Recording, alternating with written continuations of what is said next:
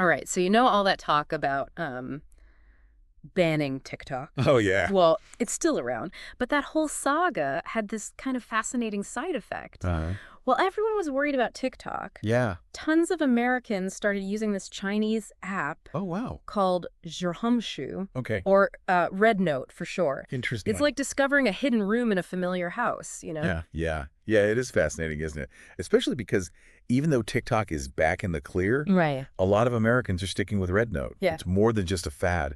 There's this real sense of discovery Yeah. and connection happening there. So help me understand this timeline. Okay. TikTok was potentially getting banned, then got this last-minute reprieve, Right. and right in the middle of all that, Red Note kind of explodes in popularity here in the US. Yeah. Was it just perfect timing or something more? I think the timing was definitely a factor, Okay. but there's something deeper going on too. Oh. The threat to TikTok kind of pushed people to look for alternatives, right? Uh-huh. And rednote offered something unique, a window into another culture, Yeah. It's like they stumbled onto this whole new world of content and interactions. And they're loving it. Yeah. One Red Note user even said, TikTok is back, but I'm going nowhere. Wow. It's like they found a new favorite hangout spot. What is it about Red Note that's got people so hooked? I think part of it is the cultural exchange. Okay. You've got Americans giving Chinese users these virtual tours of Walmart, Yeah. talking about things like Yeah, the cost yeah. of dinner, which suddenly becomes super interesting when viewed through a different cultural lens. Right. And then you have Chinese users helping Americans understand, like, China's online world, things like how to navigate censorship rules. Yeah. It's this unexpected collaboration that you don't really see on other platforms. So it's like a digital exchange program, almost. Exactly. But it goes beyond just surface level stuff. There are conversations happening about work-life balance, LGBTQ plus issues, things that can be Wow. pretty sensitive to talk about. But people are engaging with each other in this really open and respectful way. I read about an example where Americans were sharing their work schedules on oil rigs and in hospitals Oh. and contrasting them with the super long hours in China's tech industry.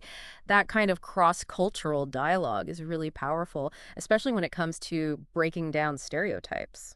Absolutely. And I think it speaks to a larger trend of people craving more authenticity online. Yeah. Social media can feel so curated and performative, and rednote offers this glimpse into a different reality, a more raw Right. and unfiltered experience. Okay, so we've got cultural exchange, a desire for authenticity. But what about the app itself? Uh-huh. How is it different from something like TikTok? Well, they both have short videos, but rednote also has text posts and really long comment threads, which encourages more in-depth conversations. Okay. And the algorithm, which controls what content you see. Seems to be designed to foster genuine interaction rather than just going viral. Ah, the algorithm. Right. So much mystery surrounding those things. Yeah. But from what you're saying, it sounds like rednote's algorithm is prioritizing meaningful engagement over just chasing clout. That seems to be the case, and I think that's a big part of why people are finding it so refreshing. Okay. It's less about performing for an audience and more about connecting with people who share your interests. That does sound like a welcome change of pace, especially with all the negativity surrounding algorithms on other platforms. Right. But before we get too deep into the tech side of things, Sure. let's talk about the company behind rednote Xiaohongshu. They've been around for over a decade, but are still kind of a mystery to a lot of people, right? Yeah, they are a privately held company operated by Shenzhen Information Technology in Shanghai. It was founded by these billionaire entrepreneurs, Sharwin Mao and Miranda Kuo. And they have serious backing from major players like Alibaba, Hongshan, and Tencent, the company behind WeChat. Whoa, those are some heavy hitters. So they're not just some fly-by-night operation. They clearly have big ambitions. I also found it interesting that they've been on a hiring spree lately, Oh, yeah. especially for roles related to content security. What does that tell you? It suggests that they are anticipating significant growth and are taking steps to ensure the platform remains safe and secure as it expands its reach. Uh-huh. They're clearly aware of the challenges that come with managing a global community Yeah. and are proactively addressing them. It makes you wonder if they're learning from the missteps of other social media giants, right? Yeah. And trying to get ahead of the curve when it comes to content moderation Right. and user safety. Yeah, I think that's a good read on the situation. They're building for the long haul, establishing trust and security to attract a larger global audience. And that long-term view is really interesting. I mean, when we look at Alibaba being one of their backers, it's not just about money, right? Right. Alibaba's got this incredible e-commerce infrastructure, so could we see them integrating that into rednote somehow? That's not outside the realm of possibility. Imagine being able to seamlessly purchase something you see in a rednote video from a creator across the world. It could blur the lines between social media and online shopping in a whole new way. That would be a huge shift, but let's go back to the algorithm for a second, because I'm still fascinated by how it seems to prioritize genuine interaction. Why is that so appealing to people right now? Well, think about the social media landscape we're in. It's all about performance, about crafting this perfect image of yourself. It's exhausting. Rednote's algorithm seems to tap into this desire for something different, a space where you can be yourself, connect with others, and have real conversations. It's almost like a reaction against the influencer culture that's become so dominant on other platforms. Exactly. There's this growing fatigue with constantly being sold to, with seeing everyone's highlight reel. Right. People are craving authenticity, and Rednote seems to be providing that. But could that authenticity be at risk as the platform grows? Like if rednote becomes as big as TikTok, can it maintain that sense of genuine connection, or will it inevitably fall prey to the same pressures? That's the million-dollar question, isn't it? Can they Yeah. scale without sacrificing what makes them special? Right.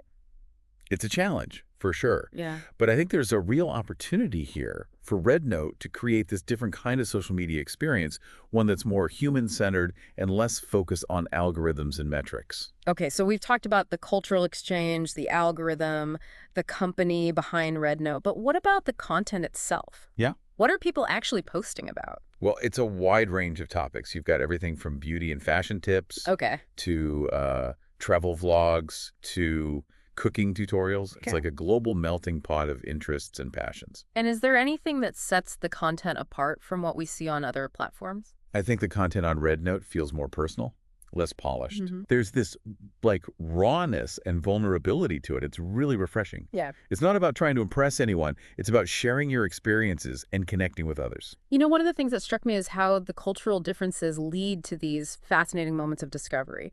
Like, imagine a Chinese user getting a guided tour of the cereal aisle by an American debating the merits of Lucky Charms versus Frosted Flakes. That's exactly the kind of thing I'm talking about. It's those unexpected moments of cross-cultural exchange that make Rednote so unique. But it's not all fun and games, right? Right. There are some potential challenges that come with this cross-cultural exchange. Of course.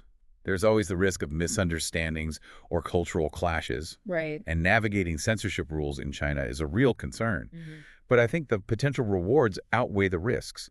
If we can use platforms like Rednote to build bridges of understanding, that's a powerful thing. It's a fascinating experiment in real time, isn't it? Yeah. We're witnessing the birth of this new kind of social media ecosystem where cultural exchange is built into the DNA. And it's happening organically, driven by the curiosity and openness of the users themselves. Yeah. It's not some like top-down initiative. It's a Right. grassroots movement. It's like those spontaneous encounters you have when you travel to a new place. Yeah, where you connect with someone from a completely different background and realize you have more in common than you thought.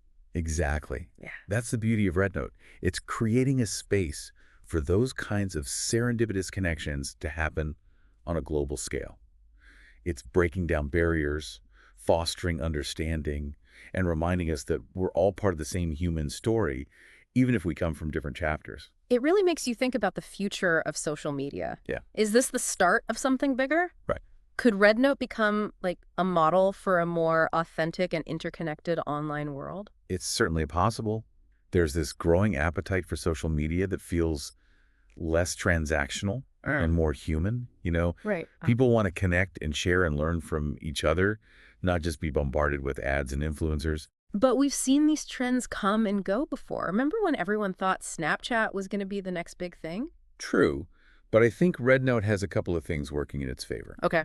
First, the cultural exchange element is really unique. Yeah. It's not just about consuming content. It's about like engaging with people from a different culture and expanding your worldview. And the timing couldn't be better. Right. We're living in a time of increasing polarization and division, so a platform that encourages cross-cultural understanding feels incredibly relevant. Exactly. Mhm. And second, the algorithm. Right.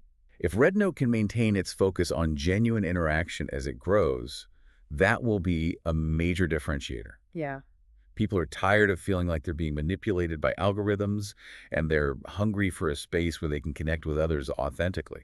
So what does all this mean, like, for you? Well, Should you be ditching all your other social media apps and heading over to Rednote? I wouldn't necessarily say that. But I do think RedNote is a fascinating case study in what the future of social media could look like. It's a reminder that there's always room for innovation, and that the platforms that prioritize human connection over profits are the ones that will ultimately succeed. It's almost like a challenge to the status quo, right? A reminder that there's a different way to do social media. Exactly. And who knows, maybe RedNote's success will inspire other platforms to rethink their approach and start prioritizing genuine connection over engagement metrics. Wouldn't that be something? It certainly would, and it just goes to show that the most interesting discoveries often come from the most unexpected places. Absolutely. So keep your eyes open, stay curious, and you never know what you might find. That's great advice for online and offline life. As always, thanks for taking this deep dive with us.